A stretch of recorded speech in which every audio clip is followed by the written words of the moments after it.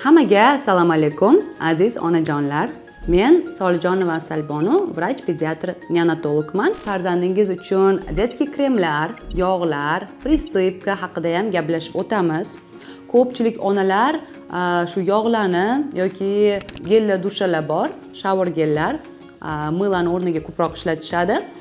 Ularni hidiga ko'proq oshiq bo'lishadi ular. Ya'ni bolamda mana shunaqa hid kelib tursa-chi deb shu narsasiga sal aldanib qoladi desam ham yolg'on bo'lmaydi.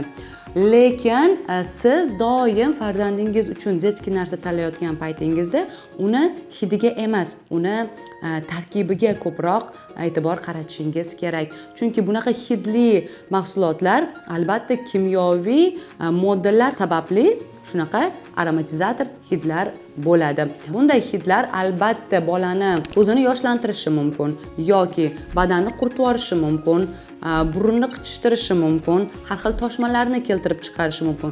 Shu sababli tabiiy bo'lgan mahsulotlardan ko'proq foydalanish kerak.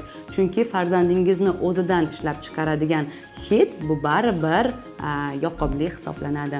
Shuning uchun albatta yog'lar, prisipkalar yoki shower gel, sovunlar, gelli dushalar olayotgan paytingizda uni hidiga emas, birinchi o'rinda tarkibiga e'tibor qarating. Chunki uni tarkibida har xil boshqa yana kimyoviy moddalar qo'shilishi mumkin. Bu ham farzandingizda allergik reaksiyalarni keltirib chiqaradi.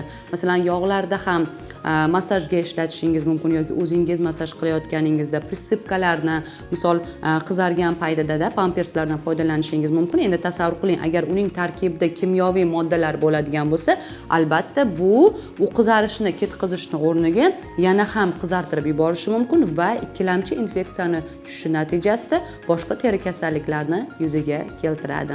Endi keyingi mahsulotimiz bu biza kundalik doimiy ishlatadigan mahsulotimiz, lekin sizlar unga uncha e'tibor qaratmaysizlar. Nimaga?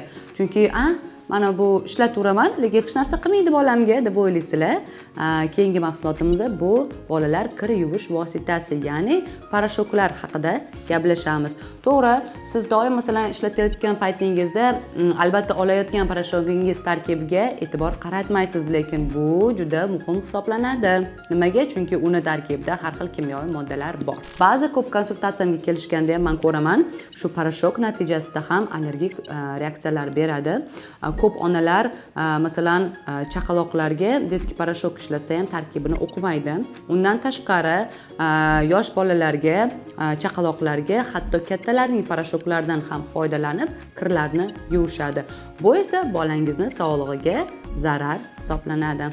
Har bir ona farzandini kirni yuvayotgan paytda albatta toza bo'lishini, xushbo'y hid kelib turishini va o'sha dog'larni ketkazishini xohlaydi, to'g'rimi? Shuning uchun ham ba'zi paytda onalar dog'larni ketkazish uchun yoki hid kelishi uchun qo'shimcha vositalardan foydalanadi. Bu esa detskiy kiyimlarni yuvayotgan, ya'ni farzandingizni kiyimini yuvayotganingizda bunaqa narsalardan foydalanish mumkin emas. Albatta xohlaysiz to'g'ri shirin hid kelib tursin deb, lekin farzandingizni o'zini hidi baribir shirin. Asosiysi kiyimi toza bo'lishi kerak, endi dog'lari bo'lmasligi kerak va yumshoq bo'lishi kerak. Chunki ba'zi parashoklarda yuvganingizda kiyim qattiq bo'lib qotib qoladi. Bu ham albatta tarkibidagi qandaydir kimyoviy vosita sababli albatta shunday bo'ladi, lekin bu ham farzandingiz sog'lig'iga zararli hisoblanadi. Bolalar terisi kattalarnikiga qaraganda 5 barobar yumshoq bo'ladi.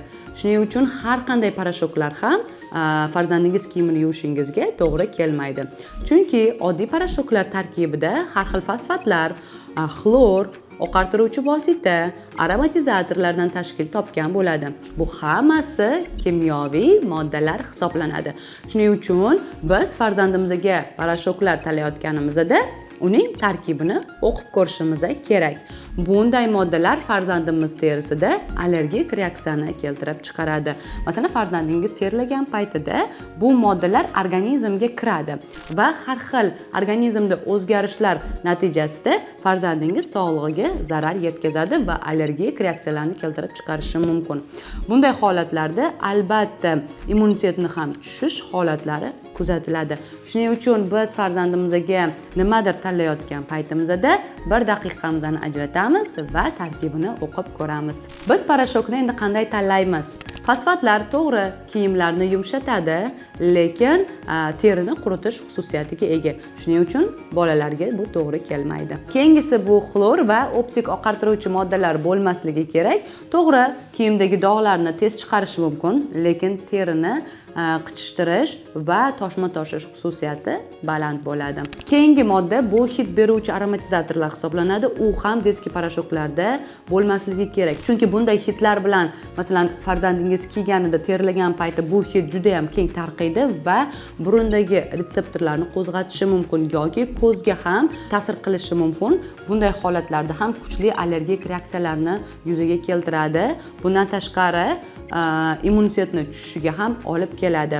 Siz parashok tanlayotgan paytingizda yuqorida sanab o'tgan moddalarim farzandingizga parashok tanlayotganingizda detskiy parashokda bo'lmasligi kerak. Farzandingiz kiyimini yuvayotgan paytingizda alohida yuvishingiz kerak. O'zingizni kiyimingizga, pastelni bilyonlarga umuman qo'shishingiz kerak emas. O'zini kiyimini alohida o'zini parashokida yuvishingiz kerak. Hattoki kattalarni parashokida siz ishlatgan paytingizda ham xuddi shunday kimyoviy moddalar bo'lganligi farzandingiz sog'lig'iga ziyon yetishi mumkin. Shuning uchun doim chaqaloqlar va o'sha bolalar o'qiti juda muhim hisoblanadi. Ko'pchilik bu narsaga e'tibor qaratmaydi, lekin farzandingizni hayotida kerakli bo'lgan xususiyatlardan biri hisoblanadi. Xulosa qilib aytganimizda, aziz onajonlar, bu parashok oddiy detskiy bolalar kukuni emas.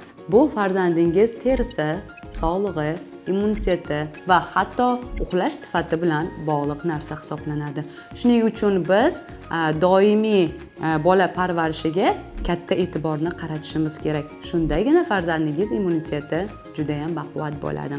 Men sizlarga Mio Baby mahsulotini tavsiya qilishim mumkin, chunki men o'zim ham farzandimga bu mahsulotni olib, test qilib ishlatib ko'rdim. Tarkibida ximik moddalar yo'qligi bilan menga juda ham yoqdi va farzandimda hech qanday allergik reaksiyalar bermadi. Pastda opisaniyada raqamlar qoldiraman.